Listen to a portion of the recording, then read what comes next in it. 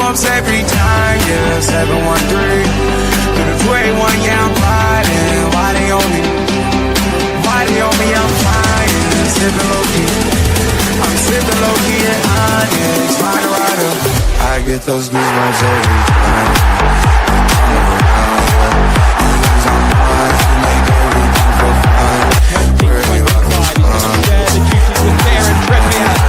Newcastle United. I get those goosebumps every time. I need the hype, throw that to the side. I get those goosebumps every time, yeah. When you're not around me, throw that to the side. I get those goosebumps every time. Up the Mags. Yes, sir.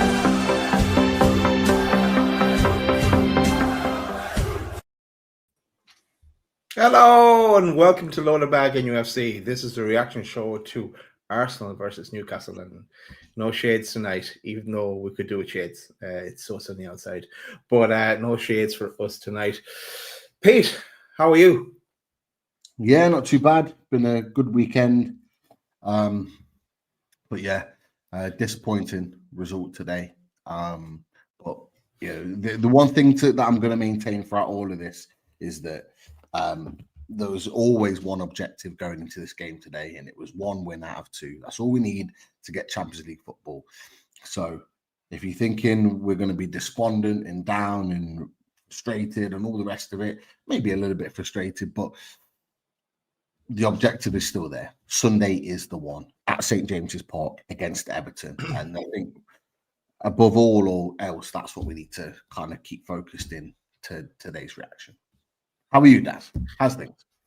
No, I'm grand apart from the result today, but I know good weekend as well. The sun is just crazy. It's been amazing, the weather.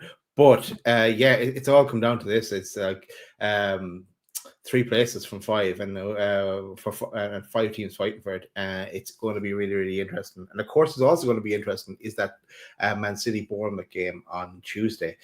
Congratulations to Crystal Palace. They were absolutely excellent in winning the FA Cup. You called it a couple of weeks ago, Pete, that they could be a dark horse for it. But I got to see bits of it, a bit of a family event yesterday, so I just saw bits of it. But congratulations to Crystal Palace. Let's start off with that. But let's get into this game. So let's run through it, and then we'll circle back around. We'll look at the table, look at permutations, look where it all stands. But yeah, the team use the big talking point was, will Botman be there? Will Botman be back? Is Botman on the bus? Is Botman getting off the bus? But Botman was there, but who wasn't there was our main and only recognized real striker in Alexander Isak. So yes, there was a bit of what do we do now? And it just makes it even more clear. That's something we need to fix in the transfer window. We need another striker to be available, because he can't do it all himself. He's tried to do it all himself this season, but he can't. But yeah, so, and Callum Wilson popped in instead of Alexander Isak. But what's your thoughts of the team use, Pete, when it dropped? Yeah, it was kind of like sort of bittersweet, really, because buzzing that Sven Botman was in the squad. There was lots of rumours that he would be, but to see him arrive was just like, absolute top stuff. But then to hear that Isak wasn't in the squad was a big surprise. But I have to be honest, once it happened and you found out that he wasn't in the squad, instantly I'm thinking he's saving him for next week. He's saving him for next week. That's my instant reaction, and that's my current reaction as well. Eddie Howe is saving him for next week. We've been there and we've seen it before. Liverpool, for example. Yeah, exactly. In the build-up to the Carabao Cup final, we've been there and we've seen it before. This is not new from Eddie Howe, and it just screamed of him going, right, let's wrap him up in cotton wool so he can go all out for the one last game. Because I think he's been managing himself. With this groin injury, I think he's been managing himself as much as he possibly could. But saving him for next weekend will mean, in my opinion, that Alexander Isak will be in the position to go full pelt for that one last game before he gets a summer of rest. And I think that is the absolute crucial thing about today, is that I am absolutely convinced that Alexander Isak will play. He'll start. He'll be there on Sunday for the game at Everton. And as you could see today, we desperately need him. That is for sure. What was your reaction? Mine was first. I was like downbeat when I saw that he wasn't going to be there, not even on the bench. But and then to know that Wilson was going to be there, and like we haven't had much good things to say about Wilson in the last previous seasons we've have had, but he's on the way out for Newcastle, and he's winding down his career as well. But just thinking, can he give us one last send off and get something out of the game? Now I will talk about it in the game, but he did hold the ball up well, but that's about it. Yeah, and I just immediately thought, where can the goals come from? Is it going to be a case of that we didn't take off Wilson at half time and then bring on Asula and then put Gordon through the middle or something like that? I was already thinking ahead where we're going to be, but not in a good headspace really when Isak wasn't available. But as Eddie said, yesterday in these press conferences, nothing is achieved until it is achieved, and we have a lot to do next Sunday. But so do an awful lot of other clubs. Let's get into this game though, and we'll walk you through it. 3 minutes in, Burn with a good sliding tackle in the box to put the ball out. 5 minutes in, Bruno shot after a poor clearance from David Raya, and it was the ball from Tonali laid off to Wilson onto Bruno, but Bruno's shot was saved. After 10 minutes, Tino's shot from a good 1-2 with Flash, but that was saved as well. Raya, actually, I must say, today he was, as the title says, he was phenomenal. He was absolutely class for them. But Trossard then had a shot on 12 minutes, deflected for a corner, saved from Pope from a party header as well in 13 minutes. 15 minutes, Barnes unlucky with his run shot. It took a deflection as well, but was saved with David Raya again. 17 minutes from a corner, a bit of a scramble, a double save this time from Raya. But the Burn with the header and Botman with the follow-up. There was nothing getting past him. Minor chances then either end for the next 20 minutes or so. Tino had a shot and goal on the 37th minute. And he got near the goal on 37 minutes. He was a bit of like a deer in headlights. He when he gets that far forward, always class the build up, but he just kind of panics a bit then. As I said, Wilson was good holding up the ball, but we can't do it. He can't find anyone with it then.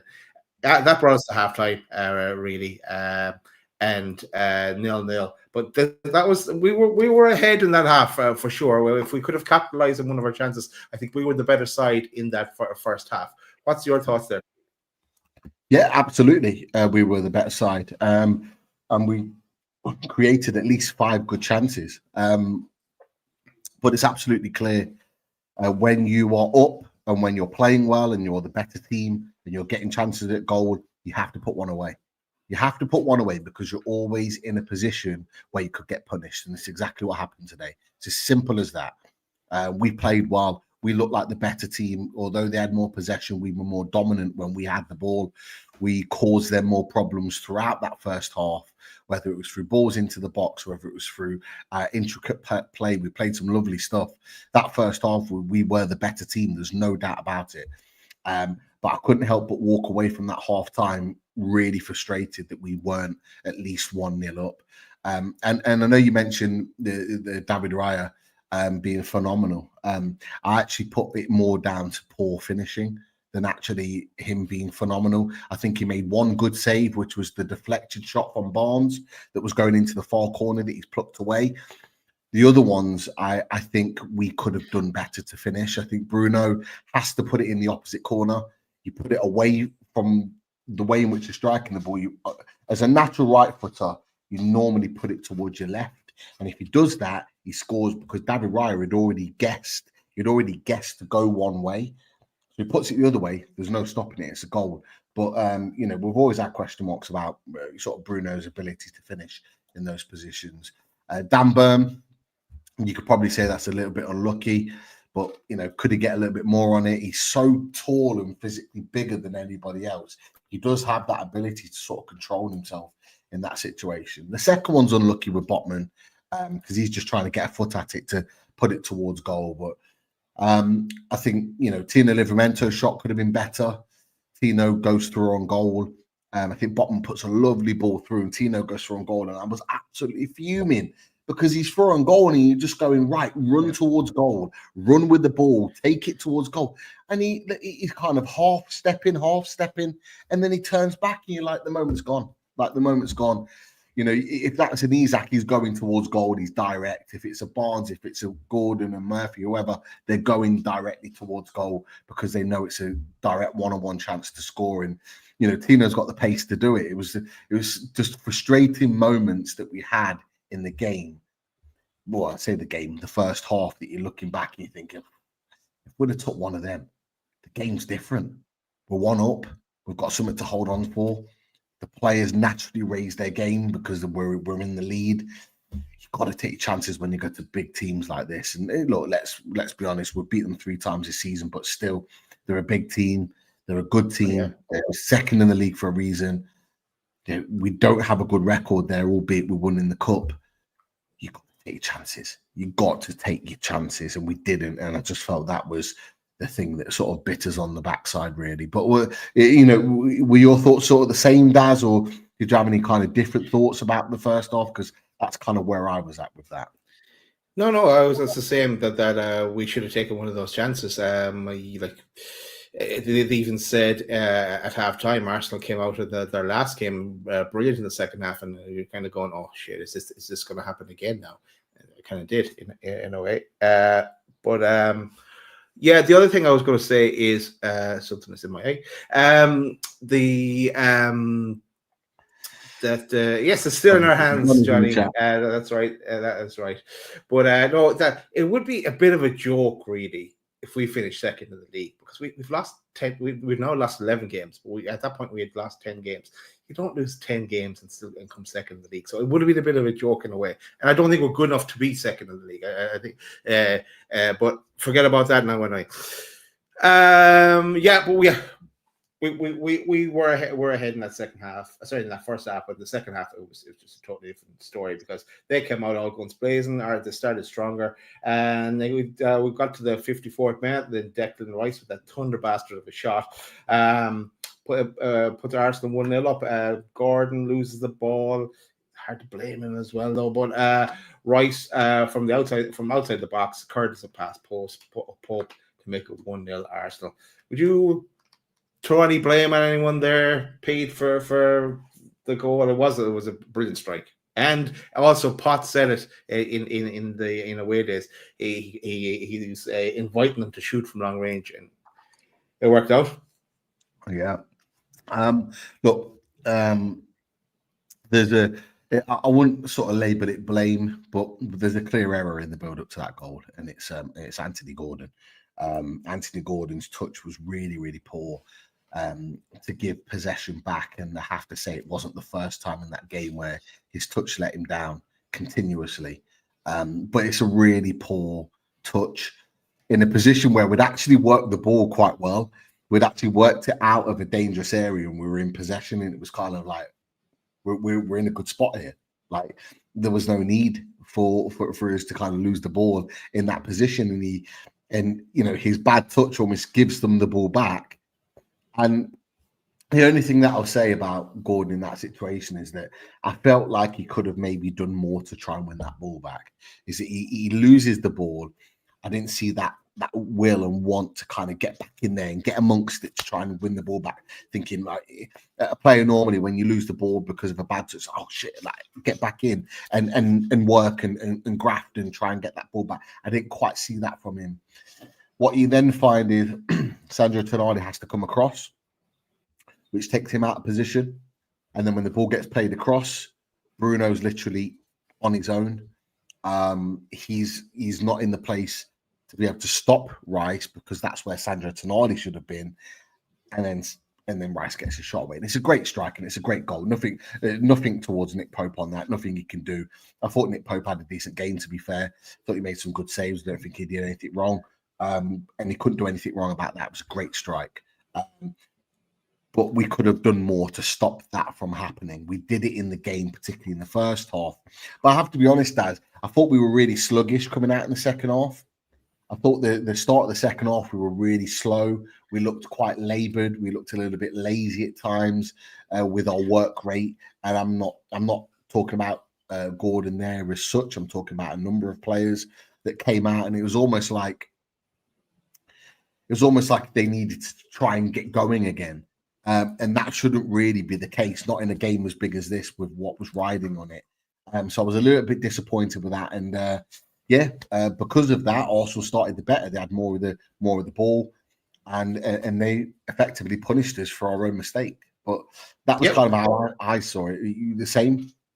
Yeah, we couldn't get out of our own half for that, especially the first 10 minutes. It was night and day compared to the first half, where if we had 3 chances, they had 1, let's say, and we just it was the total opposite. We weren't getting any chances early on, but on comes the sub saying Eddie decides enough is enough. I have got to change it. Switching from 5-2-3 to 4-3-3, bringing on Asula, Miley, and Kraft. And off comes Wilson, Murphy, and Botman. At least Botman was just not coming off of an injury or anything like that. He did what we asked him to do, I guess. Yes, exactly. Kraft immediately then gets the yellow card. It's his first contribution. But then at the 70, we have to wait to 74 minutes, so 10 minutes after that, Barnes has a shot over the bar after a rare move from Newcastle in that second half. Barnes then comes off. Willock comes on. 82 minutes, Willock has a twist, run, and shot over the bar. A bit of a scramble on 94 minutes in the Arsenal box, but nothing really came about. Final score 1-0 the Arsenal, the old famous 1-0 to the Arsenal. From their second half showing they deserve it, but first half we were the more dominant team. But it's what it is. We'll take it. We'll just have to take our L. But as long as we can get a W next week, we don't really care. That's Anthony. Final words on the game, Pete, before we switch to our attentions to what's coming next. Yeah, just my overall thoughts on the game. I thought it was a game of 2 halves. I thought we played really well in the first half, which we talked about. I thought in the second half, we gave ourselves a mountain to climb due to our lack of a poor start in the second half. I thought we kicked back into gear the last 15 minutes and we started to create some openings. I thought you know what, Daz? Give me your opinions on this as well. I actually thought the attacking subs actually played well. I don't think anybody's talking about it enough. I'm going to put a statement out there. Please disagree with me if you feel that this is wrong. But I genuinely felt that Will Asula was the best winger to play for Newcastle United today. I thought he was really good when he came off the bench. I thought he looked direct. I thought he looked pacey. I thought his trickery really unsettled Arsenal. He put 2 or 3 really good deliveries into the box, which caused them problems. And I was actually really impressed with what I saw. Not a lot of people are talking about it, but that was just something that I noticed. And I thought, if only our wingers, and I'm talking about Murphy, Barnes, and Gordon, had done that, because none of them did throughout the game. And certainly not consistently, but I just thought his cameo was really, really good for me. I thought Willock was more direct. He was willing to run at them on the outside and try and get balls into the box. He won a couple of corners. He got a couple of balls into the box.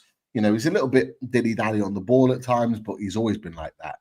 But I thought it added something to the game, and we needed that injection of directness and pace into the game. And I thought fair play to Willock and fair play to Will Asula. Kraft was caught cold quite early on by Martinelli, and the yellow card, I think, affected his game because he's obviously playing with the yellow card at that point. He can't really be as aggressive and as kind of forceful with his tackling and his defending as you normally can. But that was kind of on him because he got caught cold with that long ball over really early on. But I just thought the attacking subs were good. Shout out to Louis Miley. I thought we had more control on the ball when he came on. He didn't do anything amazing that stood out, but I genuinely get the feeling that Tonali and Bruno feel comfortable with him on the ball.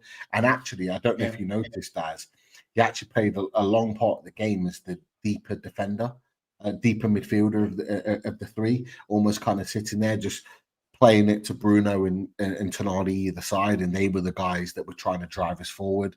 So, there was something interesting to look at there with regards to Miley. Like I say, he didn't set the world alight, but there was little moments in there that I thought, that they're comfortable with him on the ball. They trust him. We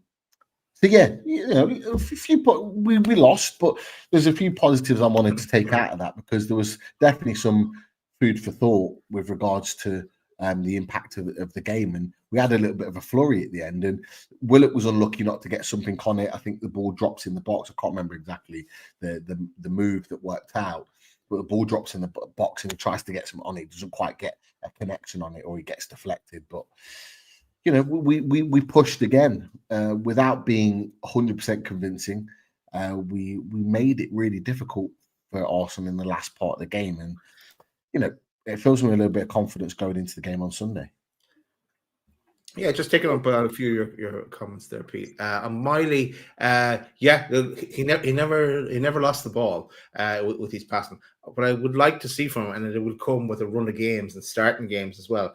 And maybe that's something that can happen next season with the amount of games that we'll have to play. We're in some form of European competition at least. But he's through ball because he can put a through ball through as well. So I haven't really seen that from him this season. But it's just a bit of confidence, I suppose, that would come with games from him. And Asula, I agree.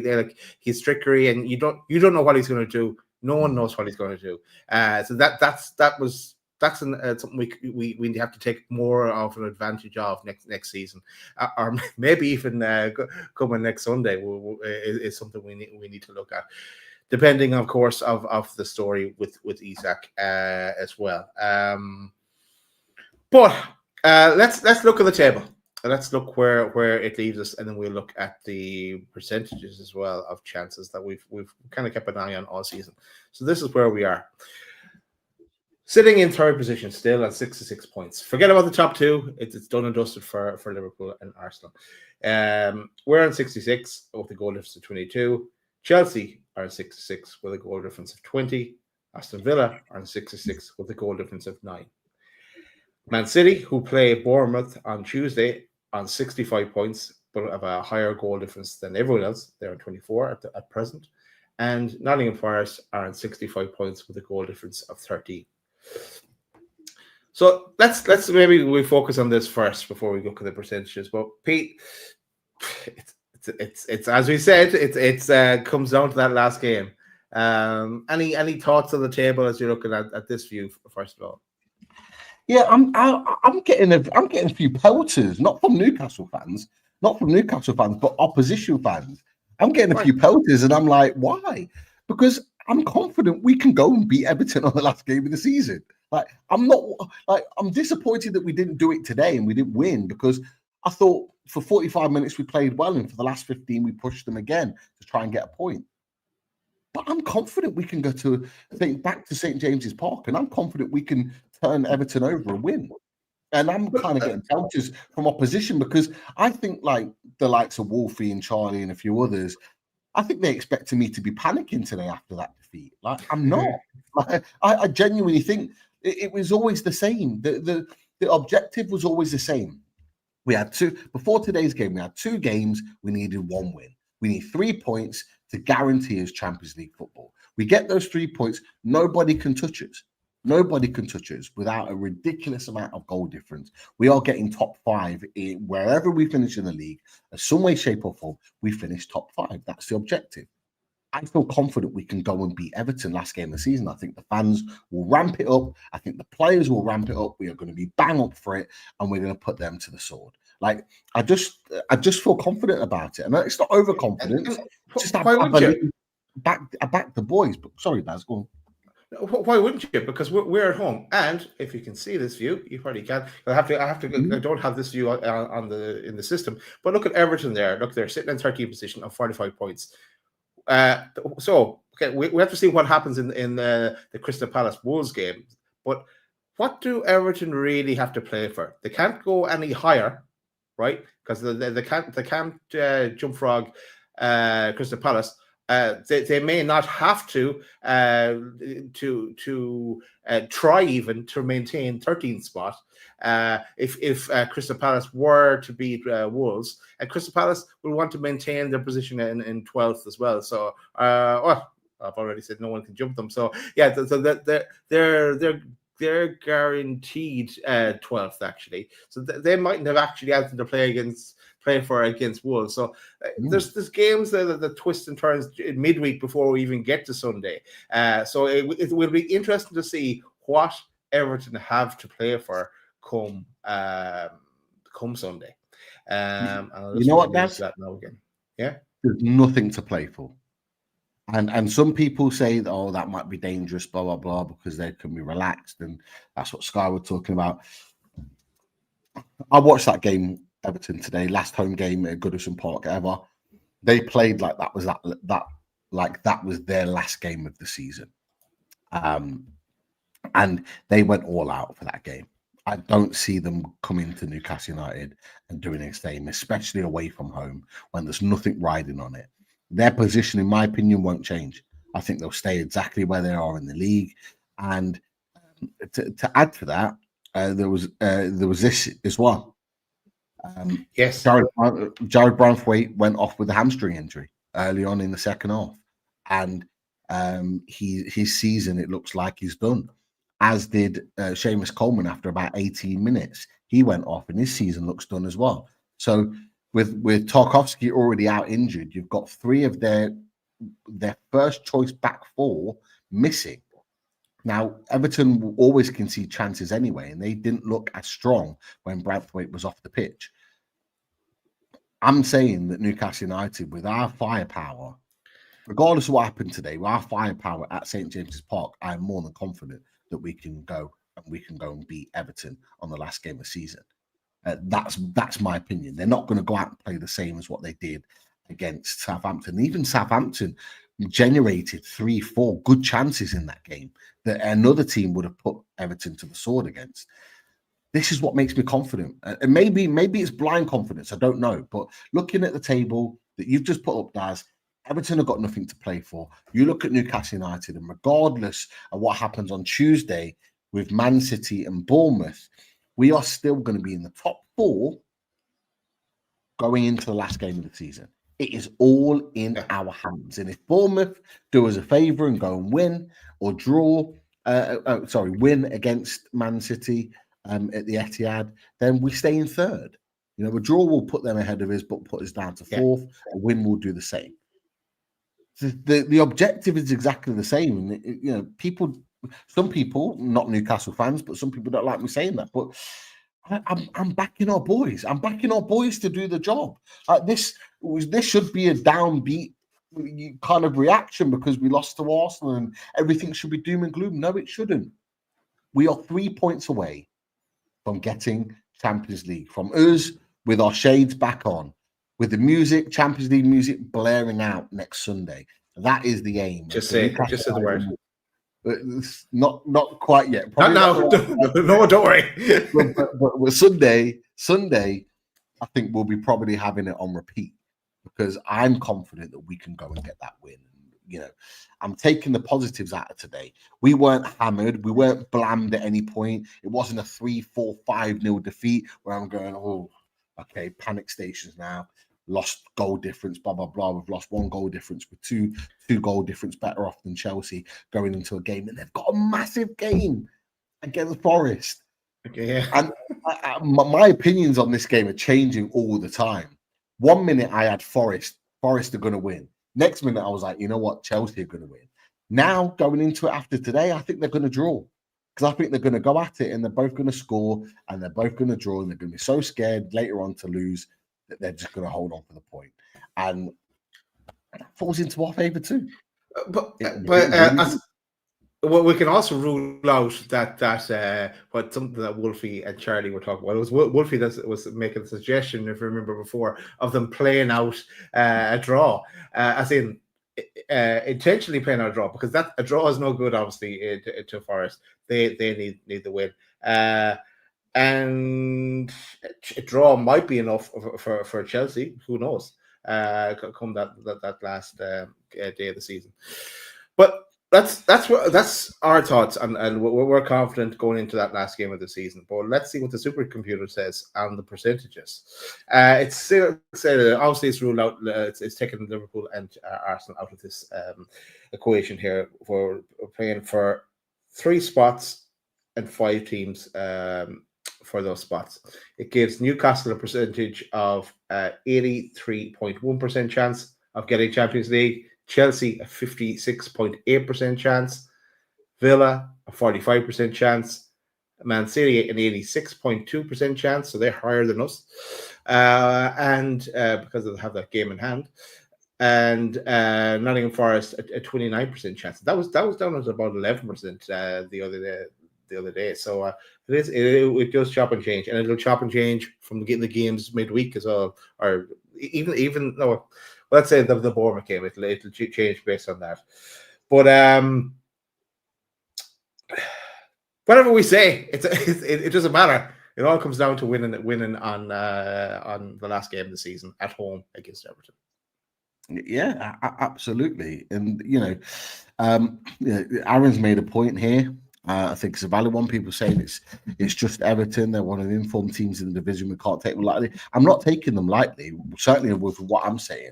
I'm not. They are in good form. They are winning matches, and David Moyes has got them playing well. I just believe that we're better than Everton. And at St. James's Park, with them not with anything necessarily to play for, I genuinely think we've got more than enough to win that game. Like that's all I'm saying. Like, and I'm confident at St. James's Park. Sorry, guys, go on. No, you wouldn't want to be playing them at Goodison and being the last ever game at Goodison. That's another that would be another factor in the whole equation. But that isn't the case. We are at home. They've already had their big day out today, and they've won. And so what do they have to? Now they will turn up. I'm not saying they're not going to turn up. They will turn up and give us the game. It's just we need to rise to it for one last time this season, and we do, as you said, Pete, as well. We need this man back to be able to do that. So and I know Eddie Howe will be coy during the week, and he'll be playing down. It's touch and go and blah blah blah. We'll see this, we'll see that, but. Once we're all waiting for that team news to drop on that last day, an hour and 15 minutes before kickoff. Yeah. Can I just say really quickly, Daz? We've actually got 230 in the chat right now.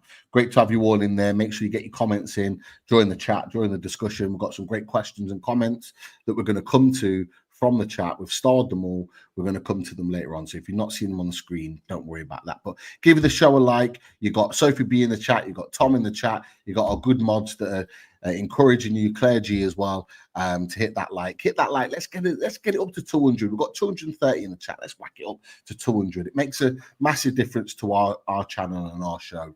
We appreciate you come in and joining in. Get your comments in, questions in as well, because we'll try and get through as many as we can, and we'll do quick fires if we need to. They're all valid, that is for sure. Sorry, that's No. We're going to get to them now. Just a quick shout out to Chris Hall as well. Chris couldn't be with us tonight, but he'll hopefully be back with us soon. It's not true. People think he was at Goodison for the final day of the season, and his season ticket. Was he? That is not true. That's not true. I don't know who was making up those rumors. It's definitely, it's not true. Pete, let's go to the comments. Oh, brilliant. I've just seen this comment now. Keeper, man of the match, David Raya. It says everything you need to know. The fact that Gary Neville felt that he should have got man of the match says what we did in the first half. But apart, hey, we've talked about Villa. For me, Villa are in. Yeah, Villa are there. I think you win against Man United, and I think you're there. I think it's just whether we can join you, which I believe we will, and then it's down to Can Man City win on Tuesday? Can they back it up against Fulham? I want your opinion on this, Daz. Does Man United, forget Man United, forget that. Man City. Do you think Man City, looking at their 2 games now, after the FA Cup defeat, Bournemouth at home, still got Europe to play for, and Fulham with a massive win today away at Brentford, that are now right in the mix for European football. 8th can still get Europe. If Chelsea fall out of the Champions League positions, I think they have to finish 7th, I believe. 6th or 7th, one of the two, which is still possible. So Fulham have still got something to play for. Bournemouth have still got something to play for. Yeah. The Man City's fixtures now look a little bit more difficult than they did maybe a week ago. What's your thoughts on that? Well, we all wrote off Man City. As in, when I say wrote off, we all automatically gave them the Champions League spot. It's not all a given though that they could be in the one that misses out yet. Look, they are tough games against Bournemouth and Fulham, and especially they are not in form. And their season it's been a disaster of a season for them. And if Pep had hair, he'd be tearing it out. They're going to rebuild in the summer. Obviously, they did that mini rebuild in January. It hasn't really worked out for them. Nothing's a gimme. I do. But back to Rich's point there on Villa Park podcast. I don't know, that game against Man United is a tough one as well. We'll see how they get on during the week against Spurs in the Europa League final. But that could go either way as well. That one. There's no bad game coming up. They are all, and it's he can't wait for Tuesday. But they're all. It is a pity. It's logical that they're all at the same time because you don't want any messing going on. But there's so many games you would love to watch if you were able to watch them all at the same time, because they're going to be very interesting. And I think match of the day, they have they go to one match and then they cut to another match, and that thing they do, they'll have a field day with that. I think on Sunday. So with all that's all that's left to play out. So very, very interesting. But no, don't sleep on Villa. No, definitely not. Absolutely not. Like Villa, Rich is, I think, still in the chat. Big up to Rich. He'll be on the Top Table Talk on Tuesday, so do not miss that. That is going to be a belter show with lots of stuff to talk about with the final day in the mix. But look, Villa, I think people are not talking about them because I think there's a confidence now that Villa actually do make it. And look, for you, Rich, and we'll talk to you about this on Tuesday. That must be amazing to think that you can go to Man United and win, and I think you will. So you'll be getting Champions League, that is for sure. Super chat. Super chats get that priority, so we'll get it in from Tino. Thank you for your super chat. Chances do land for Tino from time to time. Eddie will add goals to his game next season. Yeah, I think that might have been on the back of what I mentioned about his chance early on. On the first half when he was throwing goal. He had another one as well. We had a nice little play with, I think, with Gordon, and he cut in on the inside and had a shot. He kind of hit it straight into to David Raya. What did you make of Tino's performance today? Bombing on, creating opportunities for him and Gordon. Defensively, I thought he kept Bukayo Saka quiet. Like, what did you make of his overall performance? Did he impress you at all? Was he one of your standouts? I don't know if I have him as one of my standouts. That did frustrate me, and it has frustrated me in the past as well. He is great to bomb down and get a cross in, but when he's in front of goal, he just needs that bit of confidence to shoot. Just take a shot. Like it wasn't against Man United. He did that crazy run and he scored. First, he set up something anyway. But he's I think just a bit of confidence in his finishing and take the shot on. Because he does all the hard work, and it's just that last little bit, or he kind of fumbles and it falls apart on him. But cheers, Tino, for the super chat, and trying to confuse us now, Livermento, by coming in the chat and putting the super chat in dollars, but that was something we hope we see more. If he can add goals to his game as well, just phenomenal. And we also forget that he's playing on the left and not his favorite right because circumstances as well. Yeah, I thought he was great. I thought he was really good today. Obviously, I talked about him running through on goal. He in attacking positions should have done better, but I thought he kept Bukayo Saka really quiet today. I thought he had a really poor game. I think that's why they ended up taking him off, and that's a big part down to Tino. I thought at times Tino had to go one-on-one with him. We didn't double up as much as we normally do, but I think there's a trust level there with Tino that they trust him to handle Bukayo Saka, and I thought he did really well. So fair play to Tino. And look, we know it's the Tino. You're probably throwing us off with the dollars because you're on the flight back to Newcastle and you're in the air and it's all a bit fuzzy, but we know it's you. Get Isak on the super chats as well, and get the other boy, get Sven on the super chats too. Come on, you know it makes sense. And Man City can jog on as well when it comes to looking at Livramento. He is not for sale, along with most of our other players, not for sale. Yeah, definitely. He's trying to throw us off again. Tino, piece from New York City. Nah, we know you're flying to Newcastle. Don't worry about that, Tino. But yeah, all good. Lots of comments, lots of opinions in here. Great to see. Keep them coming as well. And let me work through. Giniesta says, Daz Pete, I like the word ruthless. We have too many in the squad who can't help us for these types of games. Needs a massive clear out in the summer, in my opinion. Did today's game give you that sort of thought, Daz? Yeah, no, we know that. Every season we and after when we start a new season, there's always a few as well that you go, well, we could have got rid of him and him and him as well, but you can't do it all together. We are working through it bit by bit, but yeah, we will cover it in squad game. Squad game will happen after the end of the season now, but Wilson for me has to be one that's definitely goes. Longstaff as well. He needs to move on, but we'll get through this. There's plenty more that we need to move on and leave space for others and let them shine as well. I still think we'll be left over with a few that will be thinking they'll be on the list the following year.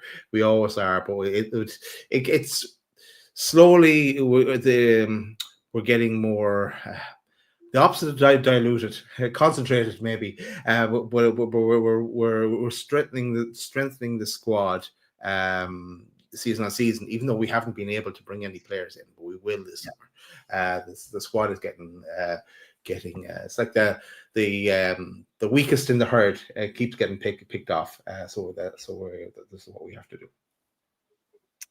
Absolutely, it's going to be a big summer. I think there's going to be big changes made, and I think we may get a few players leave the club that we may not expect to leave. So bring in players that are going to elevate the squad. This is exactly what we need.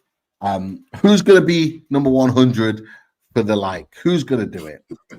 Get it in. Sophie and Colton and many others have been trying to get that 100 up. We've got 200 up plus in the chat. There's an offer. There's an offer from Colton. I don't know how Sophie feels about this. That one. I don't know if we should agree with that one. I've got to be honest with you. You have to talk to Sophie about that, Colton. But maybe Marcus is the 100. I just said he just did. So if we hit that 100, superb stuff. That is for sure. Some other points as well. I've just seen a second ago. I'm going to try and find and come back to. There's a couple of comments that I starred.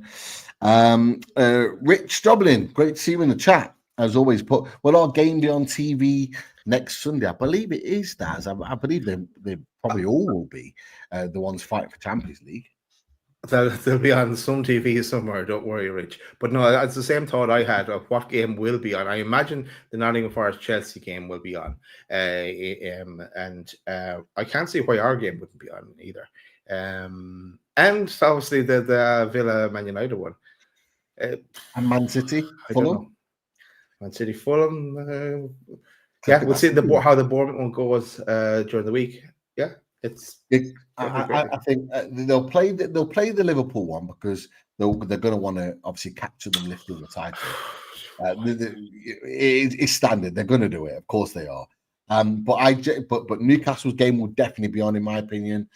I think the second place to the Liverpool game, it will be Chelsea and Forest, or Forest Chelsea, because it's a straight shootout between those two. Yeah. So that'll be it. I think next after that will be either ours or Villa's, because I think both of our teams are expected to win. So it'll be on. I think all of them will be on, but it'll just be a case of what channel. Some of them might even be on the red button. So yeah, I think they'll all be on Sky in some way, shape, or form. Whether TNT get hold of maybe one or two, possibly. No idea. That's something that's interesting to check out now during the week. What games are on and what channels. But our plan actually, maybe we'll discuss it now, Pete. We plan to be, we're normally about an hour after the game, because I like to get photos and get ready for the show. I think we're just going to go straight live after the so give us about 10 minutes and we'll be live after the final whistle on next Sunday. So it will probably be like 6:30 show. Because I have to check the time again, but it will be around that time. We pretty much not long after the final whistle, so we want to be in the action. So come join us for that one when it happens. Definitely. Dale said he was 100, so there's a fight off between who got the 100th like. Hopefully we're way above beyond that now, but we're trying to get to 150 is what Sophie's saying, and we're confirmed. Let's get to 150. 42 to 150. I'm trying to catch up with the chat.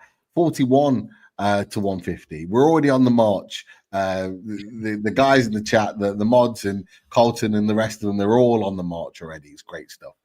Brilliant stuff all around. Now, there was a comment that I wanted to Colton, I'm gonna put this out there. Yeah, I do think you may have changed your mind on this, but he put on there that we just bottled it. We never do things easy. Now I'm gonna ask you the question, Daz. Do you think we bottled it by not winning today? Now he has backed this up by saying we will get Champions League. Yeah, he did put that on a bit later on in the show, but there's a few in the chat that I've actually put on. I could have started a number of different comments. There's 4 or 5 that said that they felt that we bottled it today. Did we bottle it? Really? No, I don't think you can say that when we're playing away from home against Arsenal, who have been the second best team in the league this season. And like there was a time when every time Newcastle went to London, they couldn't win. It doesn't matter what club it was in London. So I think we've come a long way. So, and we also have this safety net of this last game, which is not a given, but we have to go out and perform one last time. And it's not like we put in a bad performance today either. It'd be different. We would be a different scenario if we put in a bad performance today, and we'd have something to complain about. We're just unlucky in that first half. We didn't take our chances, and then look at Arsenal kicked out on after that, and eventually deserved the win. But yeah, definitely. I think we will be on the march for Champions League football. That is for sure. There are lots of other comments as well. Now, interestingly, Claire G says this: if Barnes was on the left, he probably scores first half. We lose so much moving Barnes on to the right. And Friday 81 comes back with agree, Claire. Barnes should keep his left side and play with Livramento. What are your thoughts on that with regards to Barnes playing on the left and the situation with Gordon? Like, how would you work that going into the last game of the season, in your opinion, just off the back of today? I like Gordon on the left. but I don't think I agree. We don't get the same out of Barnes on the right. When Murphy goes off, Murphy today was Murphy was kind of playing wing back, so it was a different scenario. But Barnes at times frustrates me when he's on when he's on the right. All right, but I don't think I think we go 4-4-3 and against Everton. I don't think we need five at the back. I think, but then again, we don't have. Well, I'm assuming we don't have trips. We don't know anything about trips. His availability. If you heard anything, Pete? There's a chance. There's a chance that Trippier could be back for the game against Everton, but there's no guarantee. He didn't rule him out for that game, which means there's a chance he could potentially be fit for it. So dropping Trippier in and Isak back into the team. I'm not even thinking about Joelinton because I just don't think he'll play. It'll be an absolute bonus if he's available, but I just don't think they'll risk him. His knee injury clearly is more serious than they've let on, because it's obviously he's needing to be away for this amount of time. But yeah, I think. I need to sit down and think about it. Yeah, it's a difficult one. This is why I was asking your perspective, because it's a difficult one. I agree with you, Daz. I thought Barnes looked awkward playing on that. It was almost kind of like Gordon and Barnes were almost playing like sort of as number 10s behind Wilson today, with like Tino overlapping as the wing back and Murphy overlapping as the wing back. And I thought, because he's not out wide, I thought he looked a little bit awkward playing in that middle part as a number 10.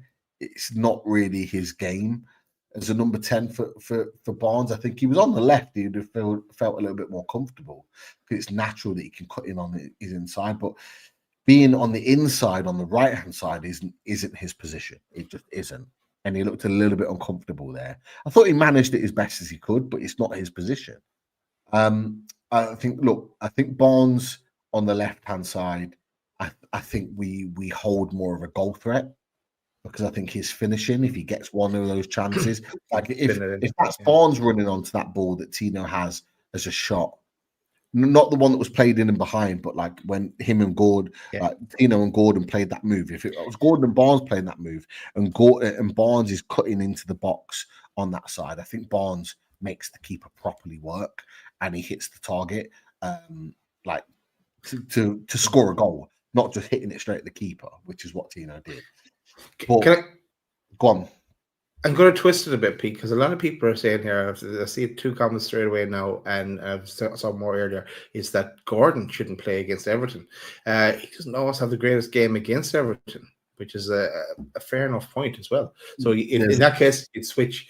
Well, you'd switch Barnes out left. If that says 4-3-3 and Murphy on the right, Barnes on the left, and Gordon on the bench. I don't know. There were a couple of comments I did star with regards to this. There were. Let's see if I can find them now. So Novo puts here about Gordon, really unlucky today. Gordon needs to sort out his close control. Too sloppy. I agree with that. We talked about that, about the goal. Was always going to come down to last game, blah, blah, blah. There was a couple of others with regards to Gordon. Tanya put, do you trust Gordon against his old club? His form isn't great this season. There might have been another one about Gordon, and I maybe didn't star it.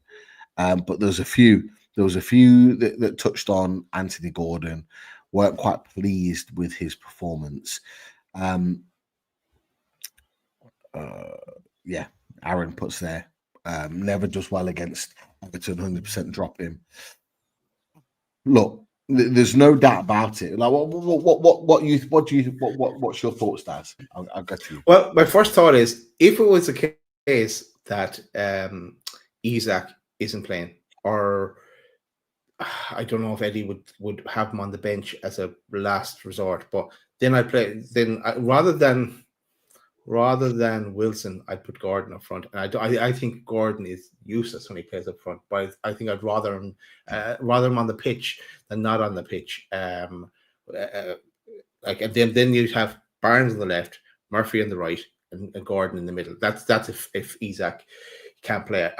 So I'm putting Wilson back on the bench because I don't think Wilson is going to score. No matter what, I think I said that ages and ages ago. I don't think we'll ever see him score again for us.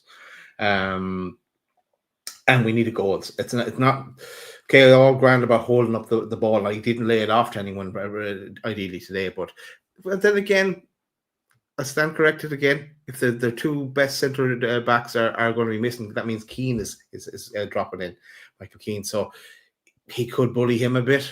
Maybe does he have one last thing? But that's what I thought today. Does he have one last showing? It's a lot of thinking to be done. And I'm sure we'll get to it on away days if we have away days this week of who we think. We might have a better indication. Probably not, though. You know, Eddie, of where we are coming towards the end of the week. Definitely. For me, I'm playing Gordon in this game. And the reason why I'm playing Gordon in this game is because I need a big performance from him. I've had people questioning my opinion on Anthony Gordon, getting pelters on social media with regards to Anthony Gordon. And I've maintained it throughout. Anthony Gordon has not had a good season at Newcastle United this year. He has not lived up to what he produced last season. It's that simple. And I've always maintained with Anthony Gordon, he was absolutely stunning last year. Brilliant. One of our best players in the team. But if you want to be the best, you've got to be consistent.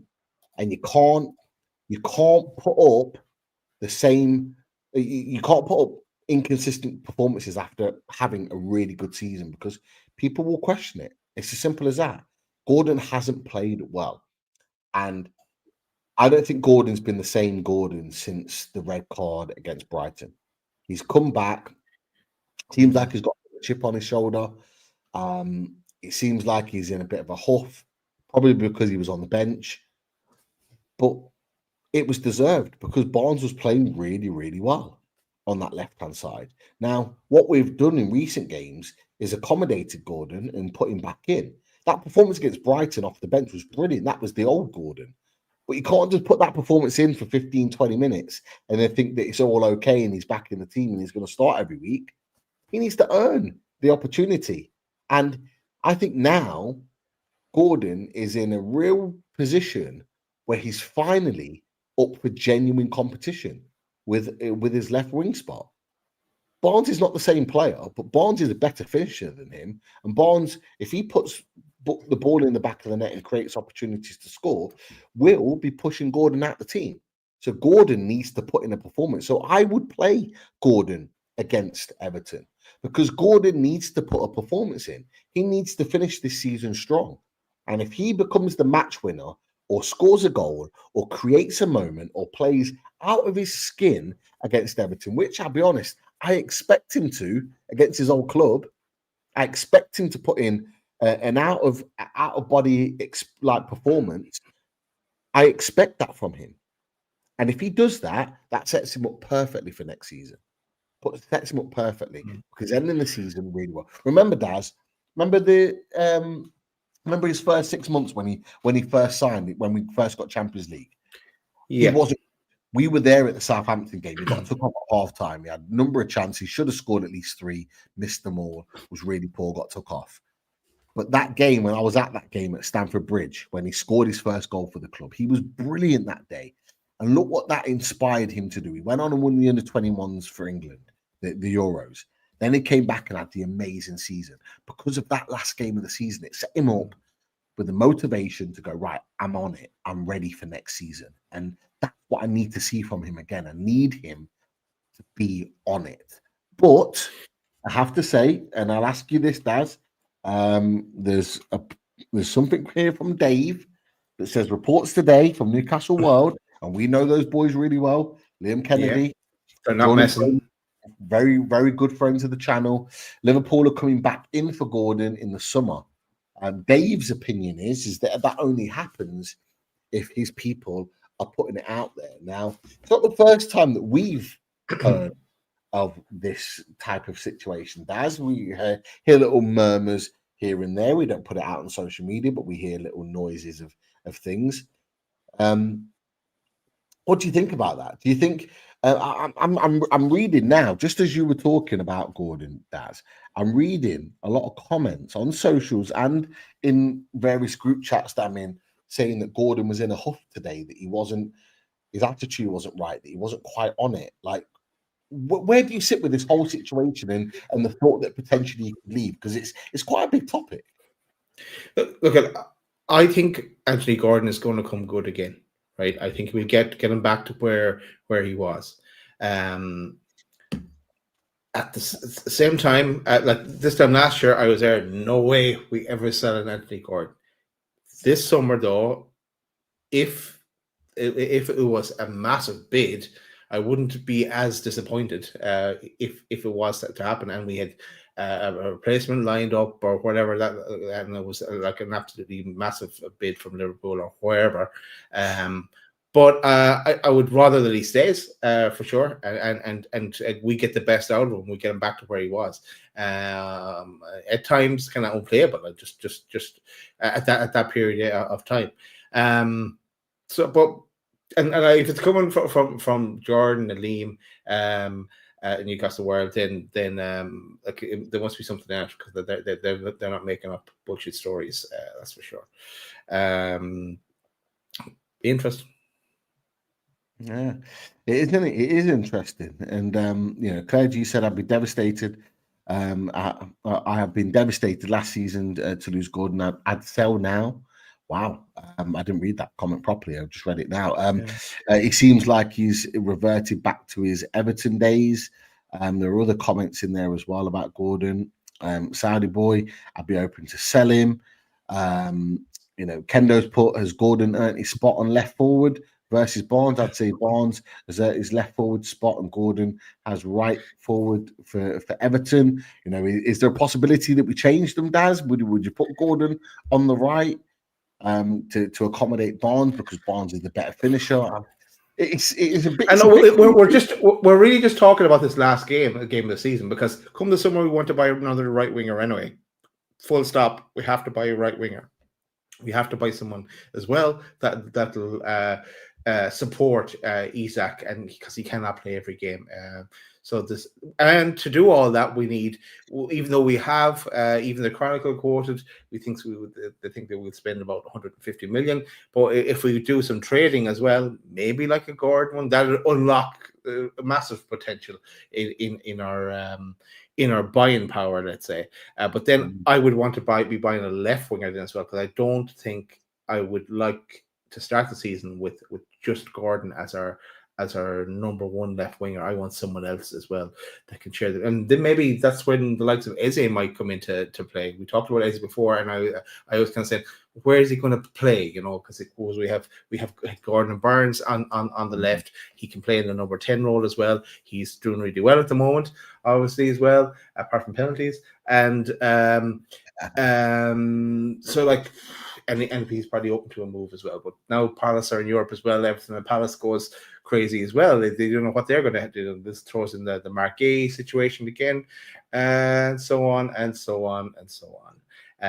So it's just going to be one crazy summer. But forget about all that. It's all about the team that we're going to pick for next Sunday. Who's available to pick? And the comment I was going to say to you, Pete, is, what's your opinion? What formation are you going with? And I know we'll try to cover it in a way it is, and I might chop and change it then. But surely, it's a difficult one, because you're thinking you're going to want Botman. You can't drop Byrne. Shar there. Then you're going 5 at the back. We don't know what the story is with Trips. Then we'll do, if we don't have Trips, then you kind of need to maybe go 5 at the back and have Murphy there, unless you're going Kraft. And there's a lot of permutations to take into consideration. It's a great question. One I hadn't thought about in terms of Sunday, because I was so focused on these last 2 games, Chelsea and Arsenal, playing 3 at the back. We can't play 3 at the back. I know. against Everton at home. It doesn't make sense. But do we have the personnel the solid personnel because I don't want to start with Kraft as a right back, and I don't want to start with Murphy as a right back in a 4-3-3.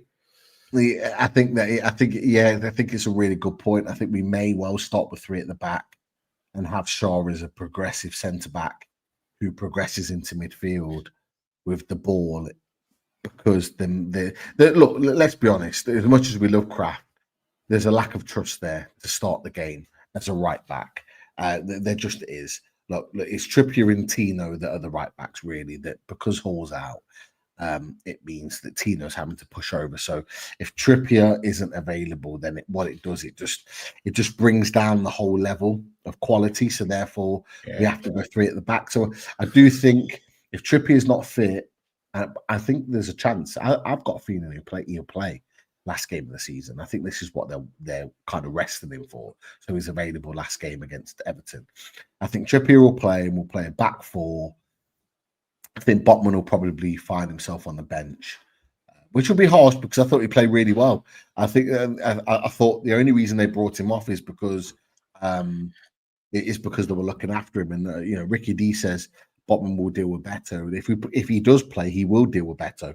Beto's really good aerially, and he's a player that we need to be aware of. But equally, we've got Dan Burn that can look after him too. So I think we go 4-3-3 if Trippier is fit. But if he's not fit, I think we probably go back 3 again. Look solid, kind of set ourselves in stone and moving forward. But go on, what you think? Sorry, Pete, give you another option there. The old one. Burn at left back, Tino on that right back. Not in the middle. Not a chance. No. I don't ever want to see Dan Burn in the left back spot either, but I don't know. No, it's going to be interesting. Another Alex Murphy's probably gone on holidays, but he could play left back and put Tino over on the right. I think Tino needs to stay there for the last game. I don't think any of those players will be under consideration. Personally, no, I don't think so either. I think it'll just be very much the same sort of starting 11 that's been there, but will just be rejigged into what works. And I think if Trippier is fit, he comes back in and he plays right back, and we revert back to type. But look, either way, I think the key is Isak plays. If Isak starts, whatever formation we play in, we've got someone that's up front, that's potent, that can score a goal. Like I need another Michael Keane disaster class. I need him to give us a goal, make a mistake. That's what he loves to do. That's what I'm looking for next Sunday, and I believe we'll get it at some point. That is for sure. Yeah, no talk about Matt Targett. Matt Targett's been ruled out for the rest of the season, and Sutty is mentioned on there. I've heard Matt Targett is leaving at the end of the season. Like, surely his time's up. Surely to go back to Scotland. I think Taggart. I like that. Sutty. But surely his time's up on there. Yeah. Zerny says 80 million he can go, referring to Gordon on here. I'd keep Gordon 100%. Players do lose form. Interesting. Not sure about that. Give it another 6 months, see how Gordon is. Lots of different opinions on it as well. Hasn't been the same since he got injured for England. I'd argue that as well. Absolutely. Gordon made it clear with his body lander. But must be language. Body language. Early in the season, he doesn't like playing on the right. He doesn't, but neither does Barnes. But Barnes just gets on with it. And sometimes you have to do that. Sometimes you just got to play for the team and get on with it. You can't be huffing and puffing and moaning about the fact that you're playing out of position, because lots of these players in this team have done it. Murphy's played right back at times. Isak's played on the left wing. Players have played out of position. They've not played in their rightful positions. They've done a job for the team. We can't give people passes for that. It's not right. But look, I'm going to work back through some of these questions because we've got quite a few. Firstly, Tom Dixon says, make sure we smash the likes, make sure we get the likes in there. Well over 200 in the chat. Make sure we do that as well. I'm going to throw this one out there. This brings us to Tuesday, Daz. Wolfie's got his chest out, calling us out. It wouldn't be like Wolfie. It wouldn't be like Wolfie. I went back to him and asked Final Boss what was being said. Wolfie just claiming that he always said that we could drop points and that he's really confident of it now. So confident of us basically dropping out. Well, what do you make of that? Because I've got a response to that. Was that the same Wolfie that was like waving a white flag the last day? More or less. It was. I was trying to pick him up. I was trying to give him some confidence that Forest could do something. And I still think that they can. They are in contention as well. It will be interesting come top table talk on probably Tuesday evening, probably at 7:30 is where we target that one. But yeah, very, very interesting. I have to see what Wolfie has been saying. We'll have to check that out. But it'll be a nice way to finish off the top table talk series.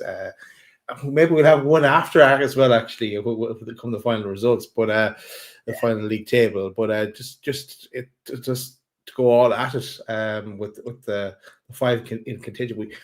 We may not have a Man City representative because they'll be playing that night. But we never know. You never know. We might get someone to join us right before the game. What's your thoughts, Pete, on it? Well, it's interesting actually to hear this from Final Boss. Thank you for keeping us abreast of all this hot topic of who's going to get Champions League and who's not. Because interestingly enough, on the 12th man chat, I've had Wolfie palling up to us, talking very positively about Newcastle United. The one thing he did say, and to be fair to him, he kept referring back to the situation with Brighton. He was like, I maintained that you needed a point against you needed more than a point against Brighton, and I was like, well, no, not necessarily. But yeah, I'll just go back through some of the things that you mentioned. Actually, I don't know. Just work my way through. What did he say? He asked where Isak was, and I mentioned it, and he was like, "Imagine if Chelsea and Man City miss out." And then he mentioned, what was it? Where was it?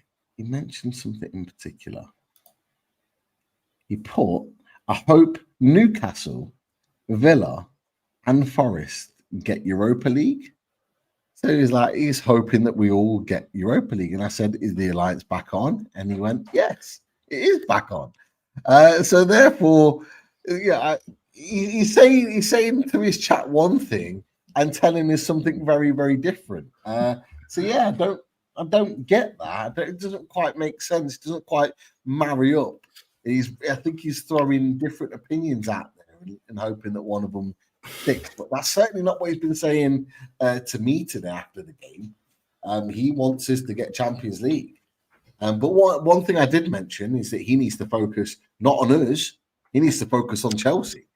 And all on Chelsea. To be fair, Charlie's not said a word about Newcastle. He is fully focused on Forest. I think he knows the score. He knows what needs to happen. Like, fully focused on Forest. Watch the mind games now on Tuesday in that show. And Charlie's well able to handle himself as well. So that'll be fun.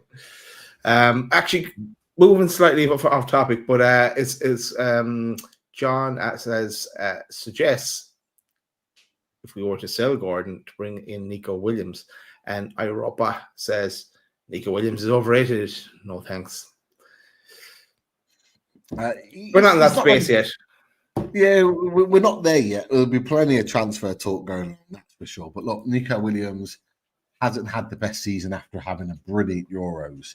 But he's a fantastic player, and I would always trust Eddie Howe to get the best out of a player like him if he came to Newcastle United. The thing with Nico Williams is that I genuinely think that he probably wants to stay in Spain. I think it'll be a pull to pull him out of Spain. You get a lot of Spanish players that are desperate to stay in Spain, especially if they've got an opportunity to move to one of the big clubs. If they've got a chance to move to Barcelona, which Barcelona is still quite keen on, or Real Madrid, there's always a pull there to go to one of those teams. Whether they want him still with Rafinha playing on that left, I'm not quite sure. And he's been fantastic there. I don't know. So it's still definitely a question to consider. But yeah, Foxy, great to have Foxy in the chat has put, he's on crazy wages. He isn't. We said that before.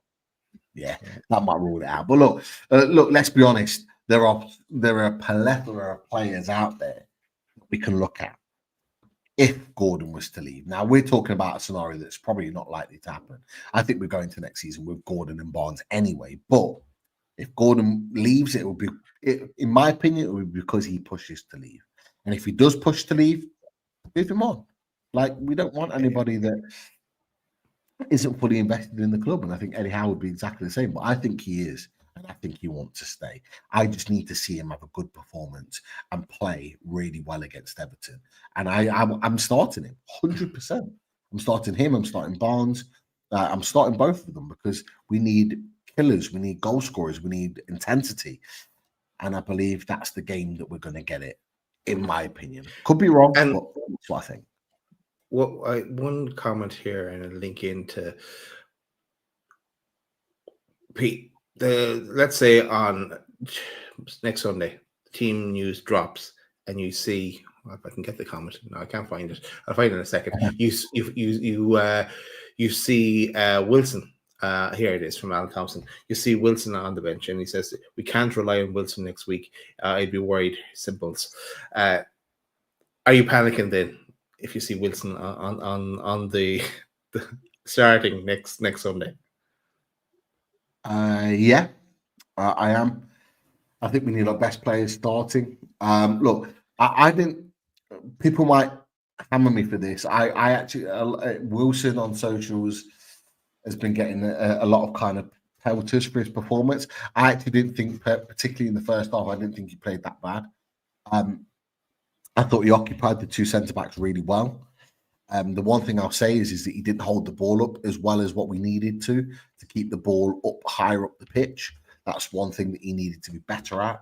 The ball kept kind of bouncing off him, or he held it up and then didn't release it quickly enough and then got the ball taken off him.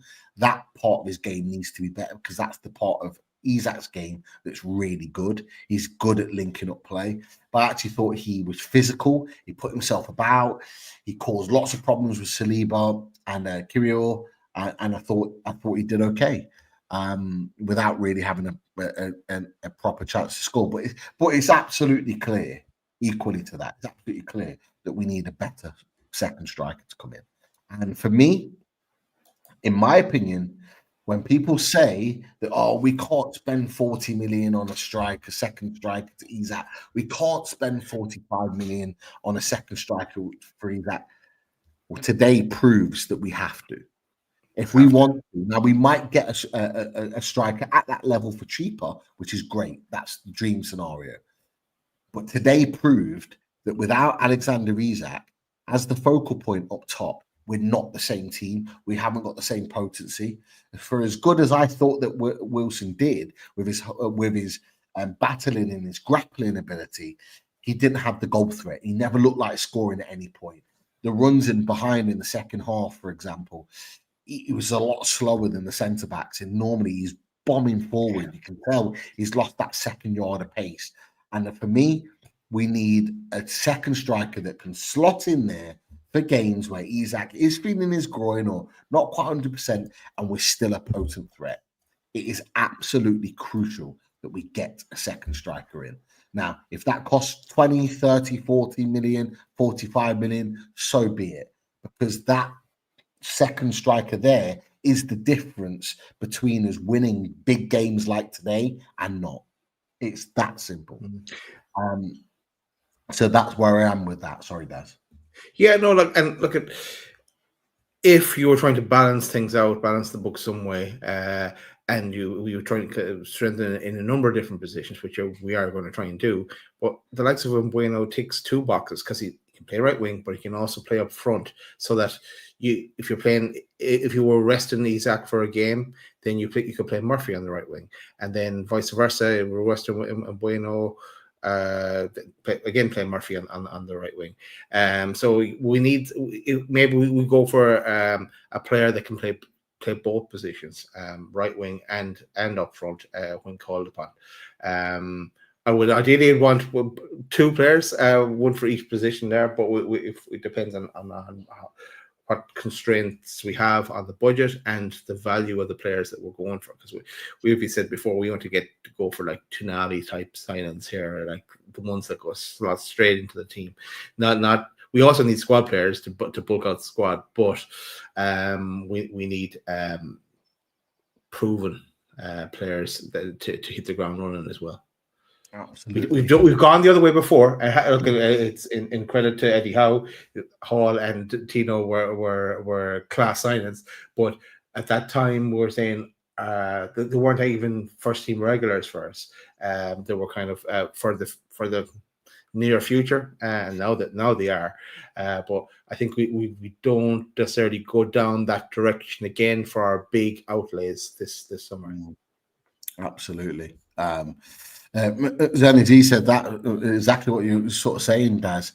Sorting out the front with sufficient backup is key to managing a top four battle next season. And that's exactly it. If we want to be fighting on multiple fronts, I think that's what he's referring to on four fronts. That is the key to it next season. Colton Connor says my opinion on the attack situation. Hit the like if you agree. Sophie's double act as she mentioned, and we're 8. Oh no, not 8. We're less than that. We're 6 away from 150 targets. So get us there as possible. Great stuff from you guys in the chat. Jimmy Watt says, I'm guilty for doing this as well, but I'm sick of people needing someone to blame online every time we have a bad result. It was just one of those games, two good teams. It was just Arsenal's day to day. I haven't seen too much on social media. I have seen a tweet out from Luke Edwards that was saying about Gordon needs to step up and have a big game. I personally agree with that, which is the points that I've made. But I don't know if you've seen anything, Daz, yourself, people getting hammered, players getting hammered online. Is that no doubt it's there. I haven't gone looking for it, but no doubt it's there. The usual thing, if you want a nice evening after a bad result, just stay away from social media for a while. But like I do have to laugh. I do see some people, and like every time we're playing the game, they think we're going to get smashed, and then they celebrate when we win, but they're all negative before the game, and then it is kind of funny. So there are people who love the negativity as well. So just pinch of salt with everything. Exactly, that's it. Marcus says, game in 2 halves. Barnes needs to start on the left against Everton. Hit the likes, everyone. It's something that we've talked about before there, so we've covered that topic already. Ask yourself this question: would you rather be in Forest, Chelsea, or Villa's position with one fixture left? I know I wouldn't, so just relax. No need to panic. It's a great point, actually. It is. Would anybody rather? Would you rather Daz be in anyone else's position in comparison to ours, or are you happy with where you're at? Well, you can look at it from this perspective. Let's say I'd rather be where we are because also Man City, because they can make sure of it with not over the line either with the win over Bournemouth. So it definitely goes into the last game of the season for them as well. But it's nice having us being at home and that last game of the season, 12th man. You imagine as well, War Flags would be out in full force, it's always a nice occasion playing the last game of the season as well. So no one was going to want to be in on a defeat.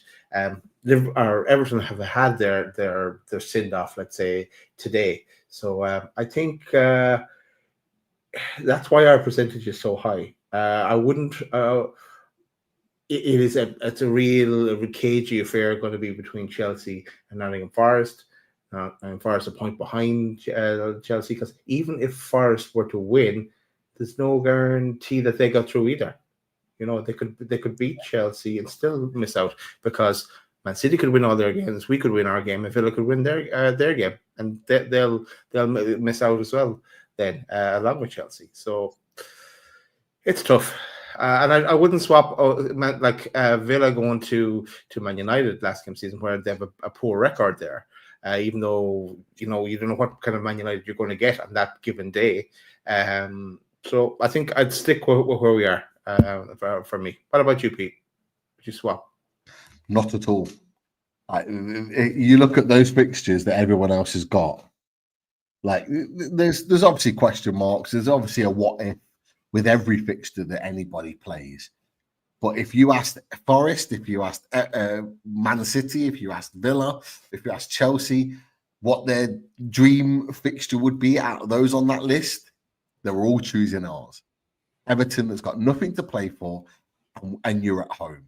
It's the dream situation for everyone in that group of fixtures that you just put up on the screen, Daz. And there's a reason why we're so high in the percentages. I know Man City are high because they've got obviously 2 games to back it up, but their 2 games for me are more difficult. They're difficult fixtures, and coming off an FA Cup defeat, you don't know what type of Man City you're going to get. So there's going to be all eyes on the Etihad on Tuesday again, like it was when they played Villa that time. Everyone's going to be watching that really, really closely. But yeah, look, we mentioned it before, Daz, on Top Table Talk. We said about Newcastle having 2 home games out of the 3, and we beat Chelsea. Yep, okay, we lost today against Arsenal, but we've got an opportunity to win again. Like, we're in a great position. We are in a really, really good position. Although the points are kind of even, better goal difference than everyone apart from Man City in that group, and having a home fixture against a team in the bottom half of the table, Everton. The 2 first choice centre backs are out there. Right back centre, the right back first choice, James Coleman, is out injured, and yeah, we're in a good spot. Yeah, and like if we weren't to get Champions League, we only have ourselves to blame, really big time. Because if you given us this at the start of the season, we'd have taken it. Absolutely. Yeah. Okay. Let's stay positive. Stay positive going into that final week. This will be my stance all week. I'm going to be positive all the way through. And like, I know that Foxy's just put in the chat, Everton would love to beat us, to be honest. Easiest game on paper. Doesn't always turn out the easiest on the day. True. You need to turn up. But look, for most, if not all, big games this season, Foxy, have Newcastle United turned up, particularly at St. James's Park? The answer for me would be yes. When it's needed, like we did against Chelsea, for example. We turned up and we got the result that we needed, and we were the better team on the day. Against a lesser quality Everton team, yeah, Everton would love to beat us, maybe, but are their minds going to be in it? Jordan Pickford's mind probably will be in it because of obvious reasons, but Jared Branthwaite being out, Tarky being out, Coleman being out, their leaders on the pitch, all out injured. Michael Keane, who has a mistake in him all the time. Let's not forget, and this is probably one of the big reasons why I want Anthony Gordon to play up against Ashley Young, who loves to get a yellow card, who loves to concede a penalty. I'd be doing what Man City did for 90 minutes to Doku on Saturday. Give Gordon the ball and just let him run. Ashley Young, just let him run at him. Let him commit foul after foul after foul and win as a penalty or a free kick in a dangerous position. That's what I'd be doing. They've got some tricky players, some decent players, the likes of Ndai, the likes of Beto, who's playing well at the moment. But I trust our boys to look after those guys. I trust them. So I don't know. Maybe it's just me being overconfident, but it's just how I see it. Well, Ricky D says, now I think we blow Everton away early and win 3-1. I hope you are right. Alan's thinking a little bit different. He thinks it's squeaky bum time. Now, lads, I'm not of that opinion, but let's wait and see. Interesting from Colton, he's put Isak is injured. He's going under the knife. I did see something like that last week, but from some, I think it could have been on our chat as well. But I haven't heard any confirmation about that anywhere. I haven't seen it. I think he's. Sorry, Dash, go on. No, you think he's going to have an operation or something after the end of the season? Yeah, it has been talked about before. I'm not sure if it was Newcastle World or whether it was Craig Hope talked about it, but I think it has been mentioned that he is going to have groin surgery to fix whatever the problem has been the last season or so in the summer. I think that's the plan. But yeah, I don't think it'll be now. Personally, I think that they're going to wait for the season to be done. And Gene Esther has mentioned just what I talked about before. Without Tarkovsky, Branthwaite, and Coleman, they are not the same team, the same force. Interesting one, Daz. Are we going to get a Wolfie thinks he's going to be in pole position on Tuesday? I don't. He doesn't need to make a statement like that, really, because all he needs to do is just go for Charlie. He's waiting. He's got to get over 2 hurdles. He needs to get over Chelsea, and then he needs either us, City, or Villa to drop points for him to get in. So he's at a disadvantage in that way. But it could happen. It could happen. It could well be in there. As I said before, I obviously want us to be in Champions League, but I would rather Nottingham Forest in as well. But I've called out Wolfie with regard to the final boss's comments. He's adamant. He's not said a word. He's just said you need better minions. That's the word. You need better minions. That's what he calls his spies that spies on our channel. With regards to what we say, you need better minions. Not said anything, but I've mentioned that final boss is said a little something. Who's obviously a Chelsea guy. So. Let's go in Game of Thrones. The guy with the sparrows. Yeah. I know you mean. I can't think Master of of his name. Secrets. Yes. Anyway, we'll move on. We will move on. We will reconvene on Tuesday, mate. Extra advantage to NUFC, City, and Villa is that Forest or Chelsea are guaranteed to drop points. We haven't really talked about that. One of them's dropping points. Neither of them can get 3 points, or they can get 1 point, or one of them's getting 0. So it puts us in a real positive position. That does. Do you think? It does, but we need. It's only, as we said, 3 from 5. So one of those, or both of them, are going to be disappointed. Come Sunday evening. It could be. So it could be that Villa win at Old Trafford. Well, forget Villa for a second. If Forest and Chelsea draw, and we take minimum a point, we're Champions League. Yeah, because of the goal difference as well. Yeah, and that's forgetting what Villa and Man City do. But in turn, Forest and Chelsea could get a draw, and if we were to lose against Everton, but like Chelsea would overtake us. Forest wouldn't, but Chelsea would overtake us, and they'd potentially get the 5th spot. Let's say if Man City and Villa were to win. So yeah. A lot of things to think about. Lots of different things, and not to worry about either, because it's just one game. We can't do anything about it. We just have to go and hopefully win. And happy days then. We can celebrate together. Yeah. Interesting one from Jordan 2 for Life. Ashley Young has been released. I didn't know this by Everton. Will he really give 100%? I don't know.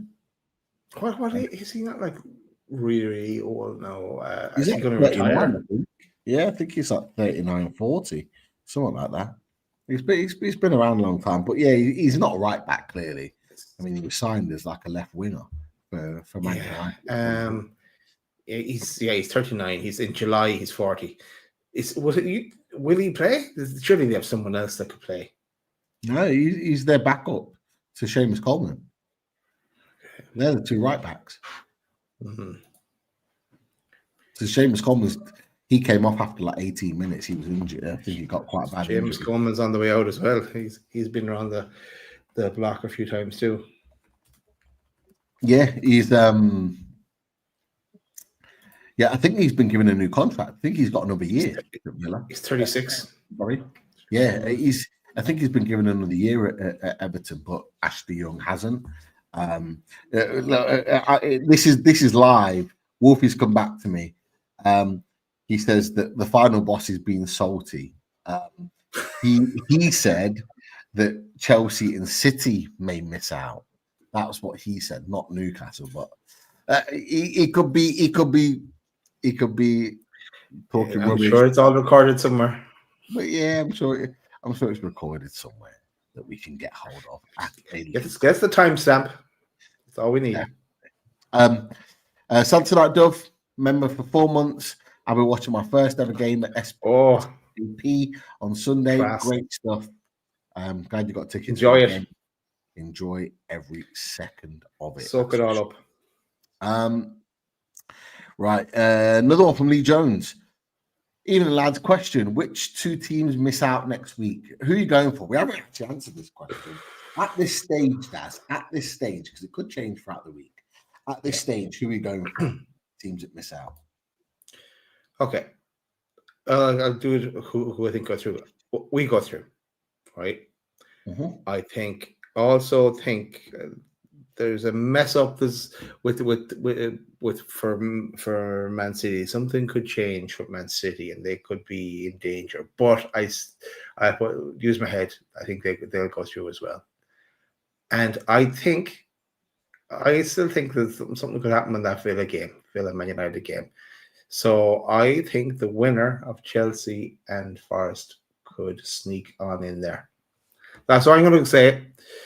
That I'm going to say Chelsea and Villa miss out. It's that's what I'm saying. Maybe that's what I want to happen as well. Chelsea to miss out. Okay, it's going to be an interesting one. What are you saying? I think I'll be used against you. Oh, I don't know how to answer this one. Whether I get pelted for it.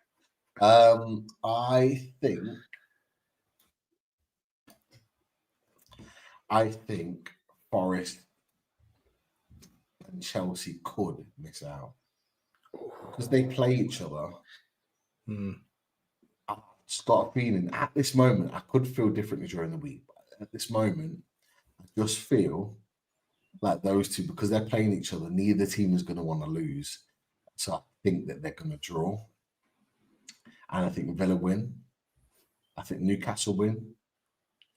And I think Man City get enough points to finish in the top 5. I don't know how many points, but I think they might just get enough. Yeah. And I think Chelsea and Forest could actually screw themselves over, basically, by playing each other. Some game to go to that one now, actually. That Forest Chelsea game. Yeah. Any more questions, Pete, before you wrap up? There's a few more that we'll run through. Great to have Geordies at St. James's Park. Says, I'm in Spain. A lot of Spanish locals saying Jonathan David will sign for the Mags. Has been linked with Napoli as well, who are on the verge potentially winning Serie A. I know they're fighting it out with Inter Milan. Your thoughts on Jonathan David? Do you think we've got a chance of signing him?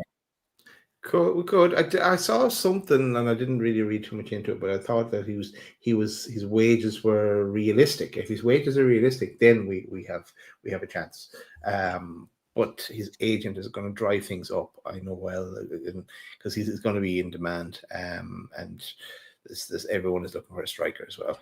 So let's see how it plays out. Yeah, definitely. I would love him. He would be a perfect for us. I don't think, in my opinion, I don't think Liam Delap signs for us. I think he goes elsewhere. But I would love Jonathan David, Champions League experience, top striker, great age. He goals and assists for fun. He's the type of striker that we should be investing in my opinion, as an alternative to Isak.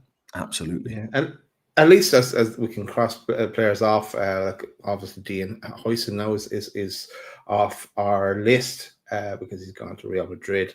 But we'll see. We keep an eye on all the movements in the coming weeks. Absolutely. Predator's a new member. Nice and Predator. New member of the Loaded Ultras. Great to have you with us. And the Clon Lad is a member for 19 months. Should have taken Gordon off over Barnes and Murphy. In the Clon Lad's opinion, it's an interesting take. He didn't play well today, but I think because of that intensity, I think that's probably why they kept him on for a little bit longer. Chris Jones says, do you reckon Joe Linton will be back for the Everton game? What's your opinion on that, Daz? Think they're saving him for the game on Sunday, the big one? It wouldn't be great to have Joe Linton, Isak back, and Trips.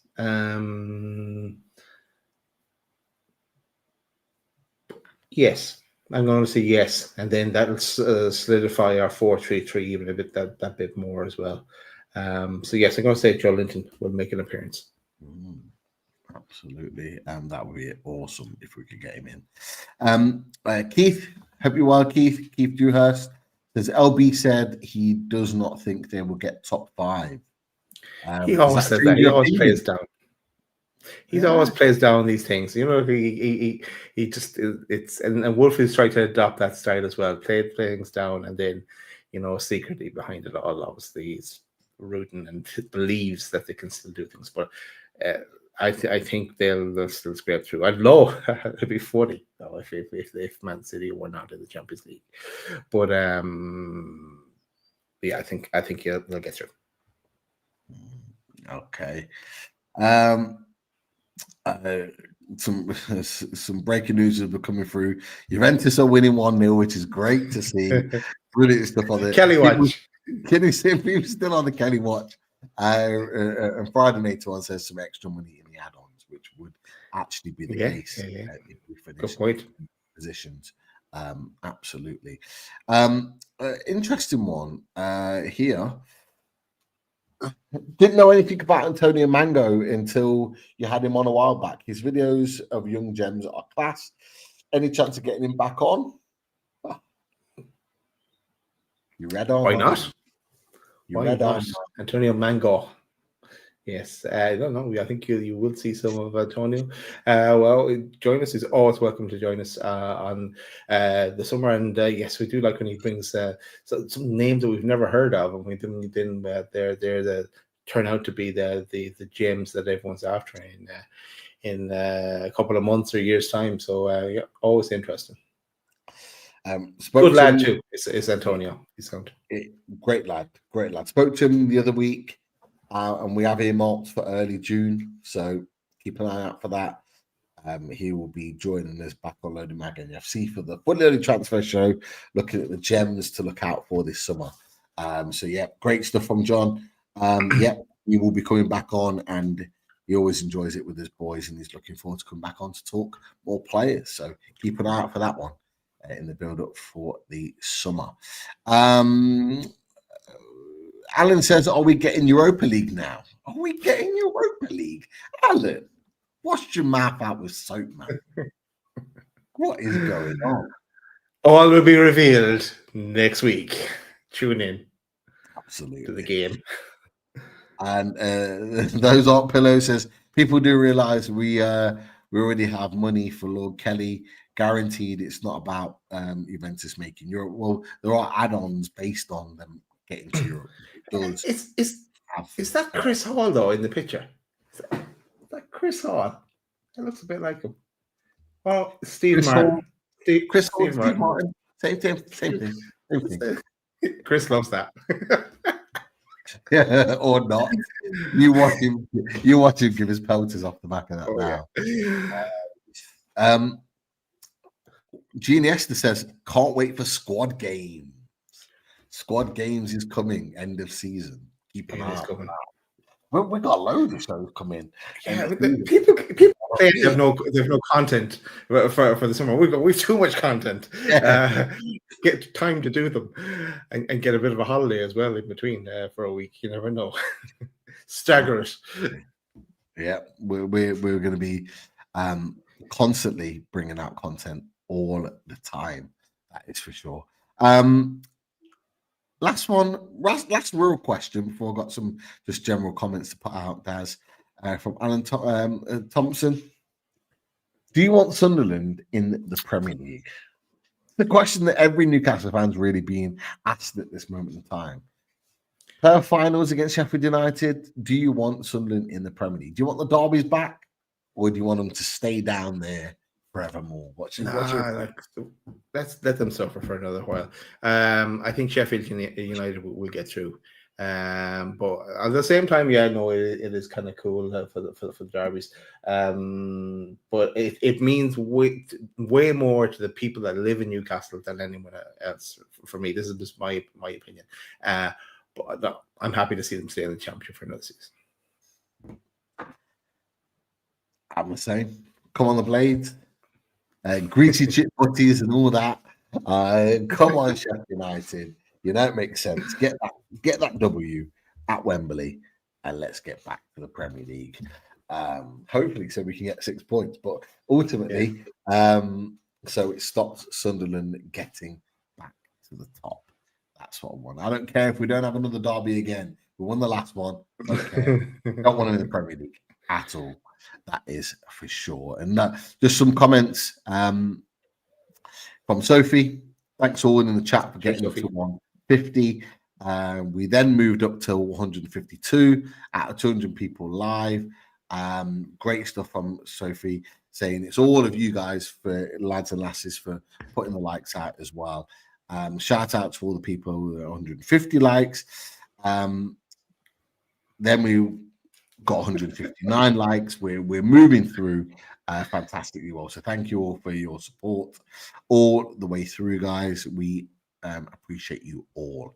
And unless there's any other comments that have snuck in at the end, one from Jimmy at the end. This will be Paul Mitchell's first real window. Do you think he's going to show us what he can do? Great question. I hope so.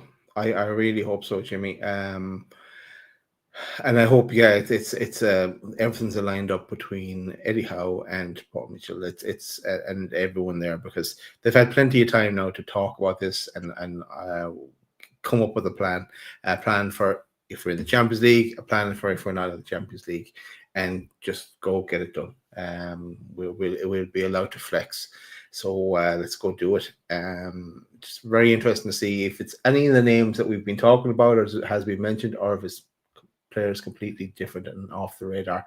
Either way, bring it on. Absolutely.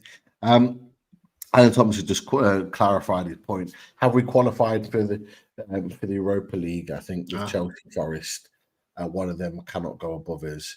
The lowest we can finish is 6th. So effectively, I think that you could well be right.